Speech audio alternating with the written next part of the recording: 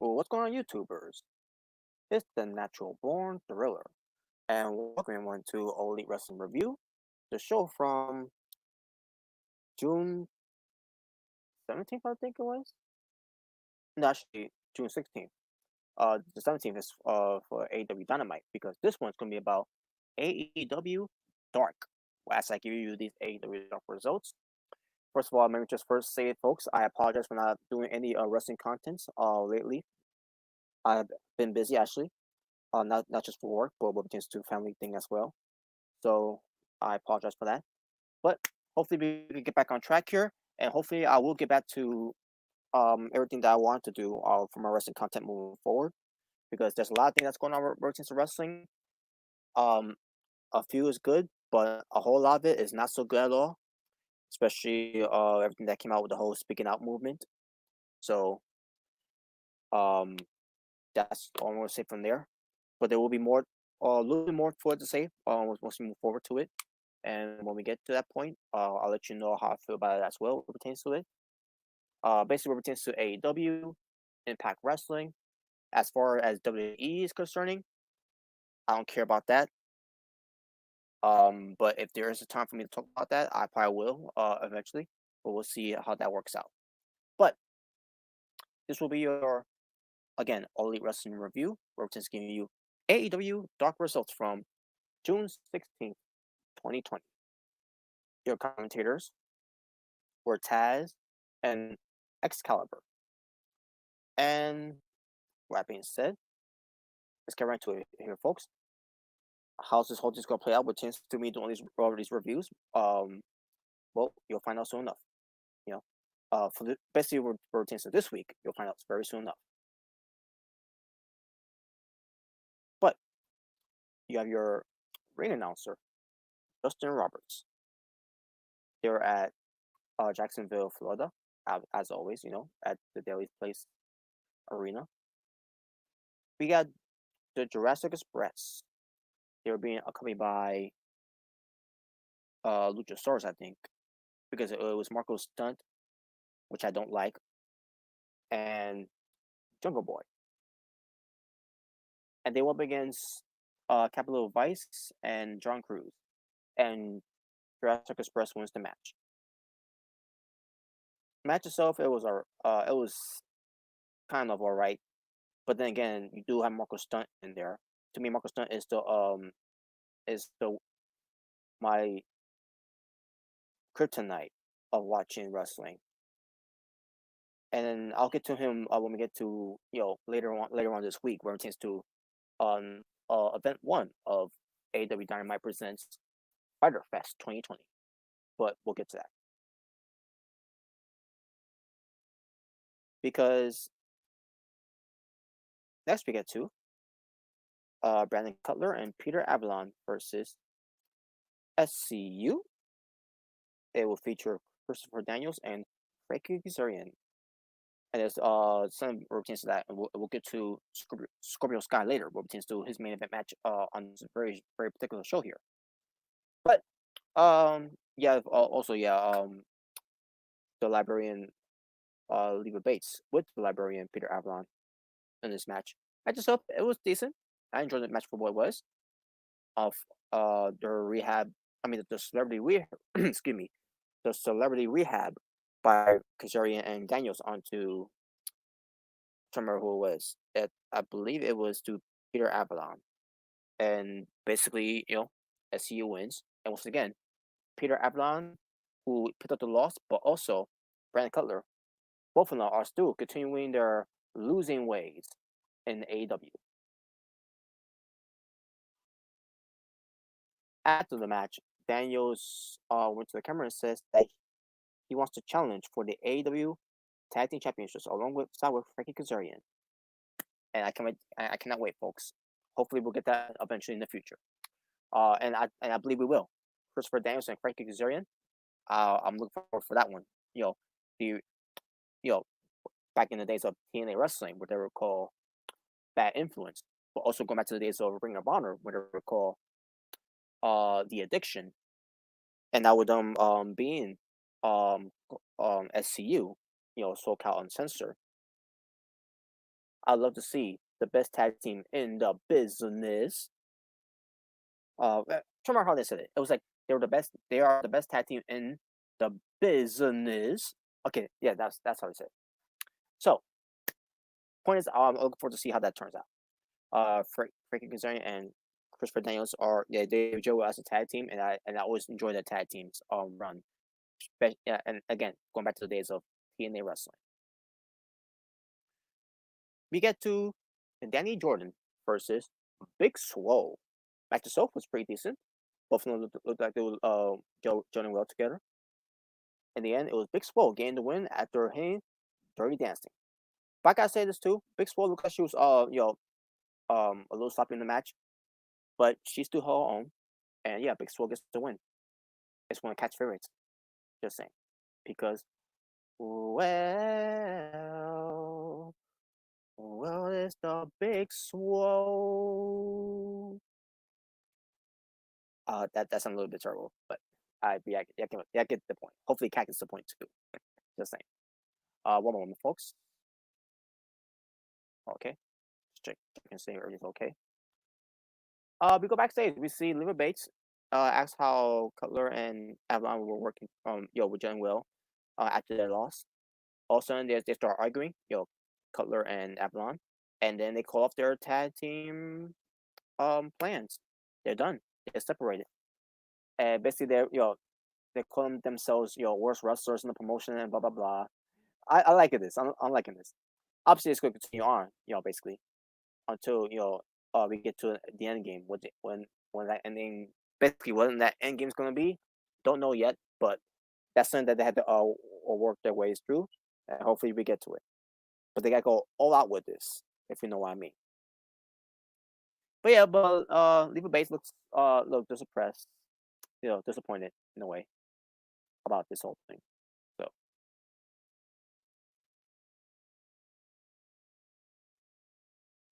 oh yeah, David Ali. Don't know much about him, but he went up against Murder Hawk Monster, Lance Archer, who's being accompanied by Jake Roberts, and obviously Lance Archer wins. Nothing to say about that. He won with the EBD claw because everybody dies. After the match, he continued to be upon David Ali by chokeslamming him, and that was it. So there you go. So yeah, it was a squash match, and Lance Archer on Dark instead of being on Dynamite. I see how that works now. When someone catches on fire and then someone gets demoted to Dark. But hopefully this whole thing will pass by, and Lance Archer could be taken back on TV on Dynamite, to doing what he does, and that's killing people. Musa and Sean Dean versus Joey Janela and Sonny Kiss. A tag team match that I thought was pretty decent, and then from out of nowhere, Lance Archer, in the middle of the match, he comes out and he's being pulled back by Jake Roberts. And I see myself, what's going on here? This came out of nowhere. This story here that Lance Archer is trying to go after Sonny Kiss, I think. George Janela, maybe. Either way, he was going after someone because the Murdoch Monster, he wants to kill everyone. That's his thing. So who knows what he was doing? But it came more clear of what happened. Once we get to that later on in the week. But the match goes to George Janela and Sonny Kiss when they got the win. A Frankenstein split-legged leg drop combination, and that was it. So I like the tag team of George Janela and Sonny Kiss. I know the sign members disagree with that. Which I did love Troy since that too and all. But besides that, I enjoy the tag team of it. So there you go. Sonny Kiss and George Janela, they got that New Jersey connection. So that's why they're a tag team. We get to Red Velvet, which I thought she was very cute. She's African American. I don't know if she actually is from Africa, but I'm just going for African American because that's Those are black women. Not all of them are are from Africa. But I'm pretty, yeah, yes, you know what I mean. That's I'm not trying to stir anything up with this. But yeah, Red Velvet, that's her name, and I actually like the name. And she looked cute with her outfit too. She was teaming up with Kenzie Page, and they go up against the team of Allie and Brandy Rose. And when I saw Brandy Rose there, I'm like, oh no, we're gonna see a terrible match here. And sure enough, when Brandy Rose got in the match, it was terrible because we all know that Brandy Rose is not that good in the ring, especially how I've been ranting about it for a year now, or for more than a year. Brandy Rose is not good in the ring. She's just not. She's like Britt Baker. They're both shit in the ring. They got they got good looks and all that. That's the best I can go for that. They're attractive and everything. They got a lot going where it pertains to their looks and how they present themselves and all that. But the way they present themselves in the ring, it's horrible. And it showed right here with Brandy Rose. She's just not that good. QT Marshall was out there along with Dustin Rose. Pertains to this whole thing. Allie was fading in like some type of injury that she was going through, which she wasn't. It was just her playing possum, and then she ends up getting herself in the match by attacking herself. Brandy Rose got upset with that, but in the end, it was Allie and Brandy Rose getting the win, and Brandy was trying to get to Allie and begin the pull apart, and that was it. So it basically became dissensions here in a way. So I thought, but we'll get to that later in the week. Shawn Spears, with the whole new attitude of his, him looking seriously now because Tony Blanchard basically chew him a new asshole and then giving him a black glove to wear, where he's a new guy now. He's gonna be taken seriously now, and he showed it here when he beat Lee Johnson, who Lee Johnson is AEW's whipping boy, you know. But Shawn Spears got the win, and I thought the glove it was gonna be a loaded glove, but Aubrey Edwards, who was the referee of the match, she shot the glove, and it was passable. So, but Shawn Spears got the win with with the Scorpion Deathlock. Because he is Canadian still. So yeah, Shawn Spears wins, and what is it going to lead to something later on? Is this mean are they going to take him seriously now? I don't know, because when you do something on Dark, it doesn't really mean nothing. I'm not trying to say that the AEW Dark doesn't matter, because if it didn't matter, then I wouldn't be here on YouTube, doing this review right now, with a chance to give you AEW Dark results. So there you go. We got Brady. Brady. No, I'm sorry, it's not Brady. It's Brady. My fault, folks. Brady. Brady Pierce and John Skyler versus the Dark Order, which it feature Stu Grayson and I believe Evil Uno. Yes, Stu Grayson and Evil Uno. But I think they call him Stu Grayson by just Grayson now. I don't know if they are or not, but anyways. But yeah, they're back. Full effect. After being quarantined in overseas in Canada, they're now back and they're being dominant as they were before. Besides the whole turbo Dark Order gimmick when it first started, but in the end, the Dark Order wins with the fatality, and there you go, they're back on the win streak. After the match, Mr. Brody Lee, who is the Exalted One, comes out, and applause of the dominant tag team victory and all that, because it was a flawless victory. Just saying. Griff Garrison versus Jimmy Havoc. I believe Jimmy Havoc was being accompanied by. I don't remember if he was or not. Oh yeah, he was. Being accompanied by Penelope Ford and Pip Sabian. So I think also it was during this. It was during that week, that time. They have a tag team name, but we'll get to it. If it is, from the dark.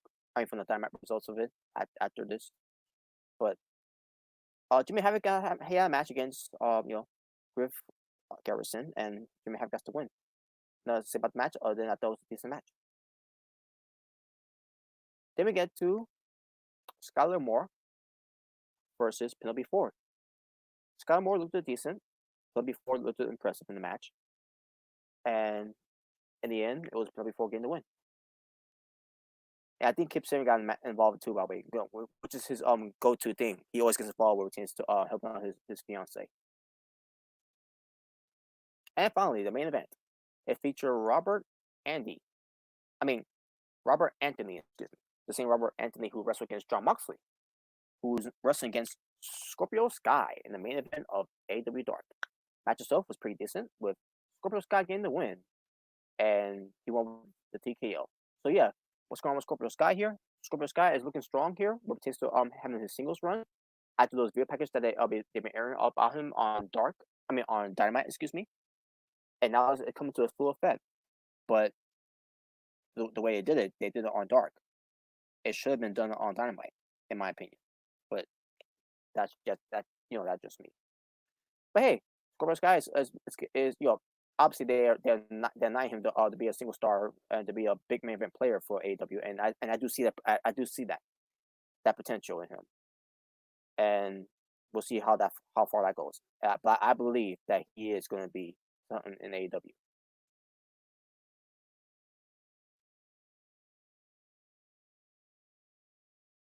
So talking about wrestling was 11 matches, folks, for AEW Dark, which is crazy.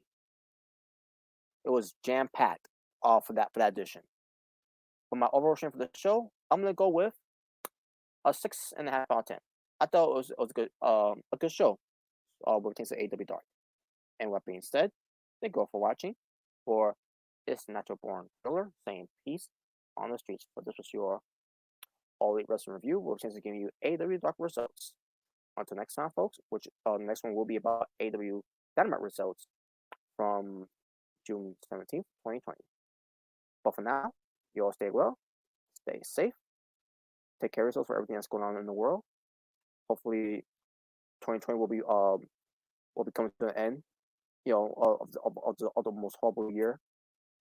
And by the way, to quote the T-shirt of SCU, this is the worst year I've ever been in.